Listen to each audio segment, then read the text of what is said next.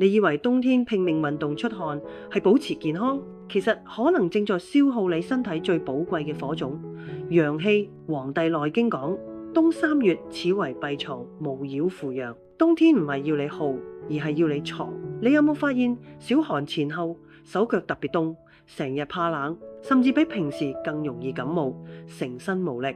有啲人仲會發現自己嘅舌苔又白又厚，呢啲全部都係身體發出嘅信號，你嘅陽氣喺度流失。陽氣其實就好似你身體入邊嘅太陽同火種。黃帝內經素問講得好清楚，陽氣者，若天與日，失其所則，節受而不彰。意思係話，陽氣就好似天上嘅太陽，一旦失守，人就會節受，冇精神。佢負責溫暖你成個身體，推動血液循環，抵抗外來寒邪。冬季萬物閉藏，人體都要跟住自然節奏，將陽氣好好收埋。但好多人呢，冬天反而刻意少着衫，搏命做運動、出汗減肥。運動本身冇錯，但過度出汗會耗散陽氣。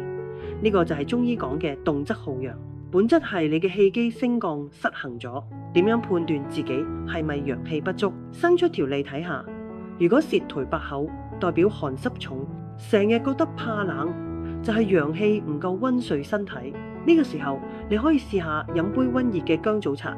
生薑性溫，《神農本草經》記載佢能夠溫中散寒，紅棗補氣血。如果非常怕冷，平時可以食啲羊肉。本草綱目都講羊肉能溫補氣血，但記住冇一個方法係萬能嘅。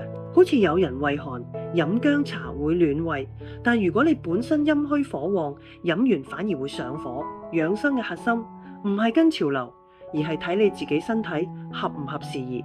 冬天養生關鍵喺藏唔在耗，傾聽身體嘅聲音先係最好嘅養生方法。